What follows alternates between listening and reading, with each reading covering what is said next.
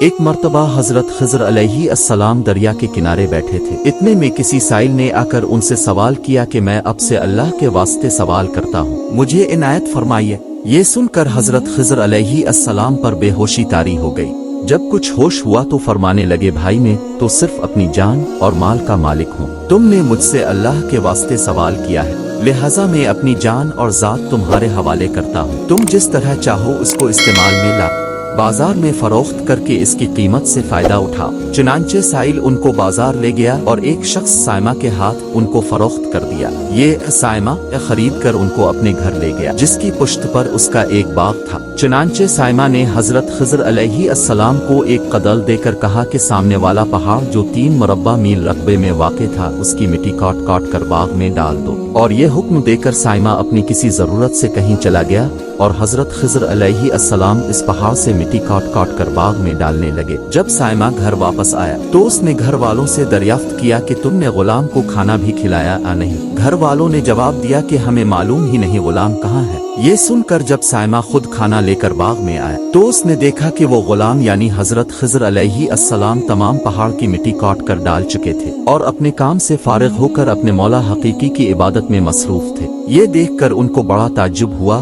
اور اس نے دریافت کیا، یہ تو بتائیے کہ آپ کون ہیں؟ یہ بات سن کر حضرت خضر علیہ السلام پر کچھ بے ہوشی سی طاری ہو گئی، اور پھر افاقہ ہونے پر انہوں نے فرمایا کہ بھائی میں خضر ہوں۔ جس کو سن کر سائمہ کے ہوش اڑ گئے کہ تو نے یہ کیا کیا، ان کو غلام بنا کر ایسے کام پر لگایا، یہ تو انتہائی گستاخی ہے۔ پھر یہ سوچنے کے بعد سائمہ نے توبہ کی اور پروردگار سے عذر خواہی کے ساتھ حضرت خضر علیہ السلام کو آزاد کر دیا، اور اللہ کی بارگاہ میں عرض کیا کہ اے رب العالمین مجھ سے اس کا مواخذہ نہ کیجیے گا، کیونکہ میں ان کو جانتا نہیں تھا۔ اس کے بعد حضرت خضر علیہ السلام نے دعا فرمائی اور سجدہ شکر بجا لائے کہ اے میرے پروردگار، میں تیرے ہی حق میں غلام بنا اور تیرے ہی حق میں آزاد ہوا، اس پر تیرا شکر گزار ہوں۔ بعد ازاں واپسی کی اجازت لے کر جب دریا پر واپس آئے تو دیکھا ایک شخص کھڑا دعا مانگ رہا ہے کہ میرے رب حضرت خضر علیہ السلام کو غلامی سے رہائی عطا فرما دے اور ان کی توبہ قبول فرما لے۔ حضرت خضر علیہ السلام نے یہ دیکھ کر اس شخص سے دریافت کیا کہ آخر تو کون ہے؟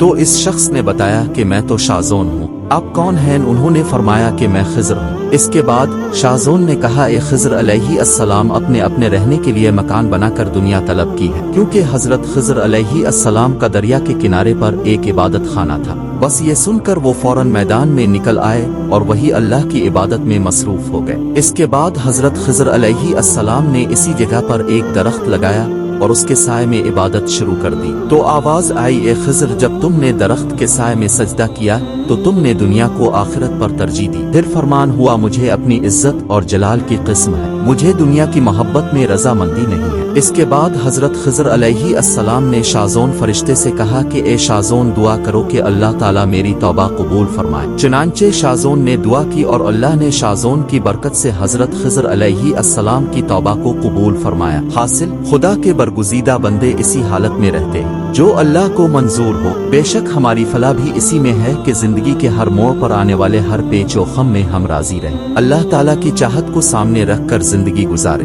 دعا ہے کہ اللہ تعالیٰ ہمیں اس واقعے سے سبق حاصل کر کے نیک بننے کی توفیق عطا فرمائے، آمین یا رب العالمین۔